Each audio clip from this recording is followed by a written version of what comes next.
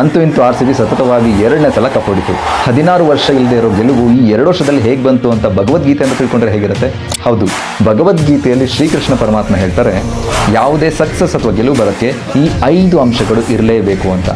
ಒಂದನೇದು ಬಂದು place of action, ಸ್ಥಳ.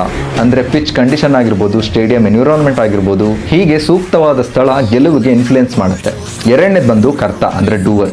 ಅಂದರೆ ಬೌಲರ್ ಆಗಿರ್ಬೋದು, ಬ್ಯಾಟ್ಸ್ಮನ್ ಆಗಿರ್ಬೋದು, ಕ್ಯಾಪ್ಟನ್ ಆಗಿರ್ಬೋದು, ಅವರ ಸ್ಟ್ರಾಟಜಿ, ಅವರ ಫೋಕಸ್, ಡಿಸಿಪ್ಲಿನ್, ಇದೆಲ್ಲ ಕರ್ತದೊಳಗಡೆ ಬರುತ್ತೆ. ಮೂರನೇದು ಬಂದು ಸೆನ್ಸಸ್. ಅದನ್ನು ನಾವು ಟೂಲ್ಸ್ ಅಥವಾ ಎಕ್ವಿಪ್ಮೆಂಟ್ಸ್ ಅಂತ ತಗೋಬೋದು. ಬಾಲ್ ಆಗಿರ್ಬೋದು, ಬ್ಯಾಟ್ ಆಗಿರ್ಬೋದು, ಅವ್ರು ಯೂಸ್ ಮಾಡೋ ಎಲ್ಲ ಎಕ್ವಿಪ್ಮೆಂಟ್ಸ್ ಇದರಲ್ಲಿ ಬರುತ್ತೆ. ನಾಲ್ಕನೇದು ಬಂದು ಚೇಷ್ಟ, ಅಂದರೆ ಕಂಟಿನ್ಯೂಸ್ ಎಂಜೂರ್, ಅಂದರೆ ವಿವಿಧ ಪ್ರಯತ್ನಗಳು. ಇಡೀ ಟೀಮಿನ ಪ್ರಾಕ್ಟೀಸ್ ಸೆಷನ್ಸ್ ಆಗಿರ್ಬೋದು, ಅವರ ಸ್ಯಾಕ್ರಿಫೈಸಸ್ ಆಗಿರ್ಬೋದು, ಡಿಸಿಪ್ಲಿನ್ ಆಗಿರ್ಬೋದು, ಫೋಕಸ್ ಆಗಿರ್ಬೋದು, ಇದೆಲ್ಲ ಈ ಡಿಟರ್ಮಿನೇಷನ್ ಅಲ್ಲಿ ಬರುತ್ತೆ. ಐದನೇದು ಬಂದು ದೈವಂ, ಅಂದರೆ ಹೃದಯದಲ್ಲಿ ಮಿತ್ರನಾಗಿ ನೆಲೆಸಿರೋ ಪರಮಾತ್ಮನ ಹೆಲ್ಪ್. ಈ 5 ಅಂಶಗಳು ಜೊತೆಗೆ ವರ್ಕ್ ಆದರೆ ಸಕ್ಸಸ್ ಗ್ಯಾರಂಟೀಡ್ ಅಂತ. ನಮ್ಗೊಂದ್ಸಲ ಪ್ಲೇಸು ಚೆನ್ನಾಗಿ ಸಿಕ್ಕಿ, ಕರ್ತನೂ ಚೆನ್ನಾಗಿ ಆಡಿ, ಸೆನ್ಸಸ್ ಅಂದರೆ ಟೂಲ್ಸು ಎಲ್ಲ ಚೆನ್ನಾಗಿದೆ, ಹಾಗೆ ಪ್ರಯತ್ನ ಕೂಡ ಸಿಕ್ಕಾಪಟ್ಟೆ ಆಗ್ತಾ ಇದ್ದೀವಿ ಅಂದರೂ ಕೂಡ ಸಕ್ಸಸ್ ಒಮ್ಮೊಮ್ಮೆ ಸಿಗ್ತಾ ಇರಲ್ಲ. ಅದೇ ಇನ್ನೊಂದು ಸಲ ನೋಡಿ, ಪ್ಲೇಸ್ ಆಫ್ ಆಕ್ಷನ್ ಸರಿಗಿರೋದಿಲ್ಲ, ಸೊ ಟೂಲ್ಸ್ ಮತ್ತು ಎಕ್ವಿಪ್ಮೆಂಟ್ ಸರಿಗಿರೋದಿಲ್ಲ, ಆದರೂ ಕೂಡ ಪ್ರಯತ್ನ ಹೊಂದಿದ್ದು ಗೆದ್ದುಬಿಡ್ತಾರೆ. ಈ 5 ಫ್ಯಾಕ್ಟರ್ನಲ್ಲಿ ಯಾವುದೋ 1, 2, 3 ಫ್ಯಾಕ್ಟರ್ ಇಲ್ಲ ಅಂದ್ರೆ ನಡೆಯುತ್ತೆ.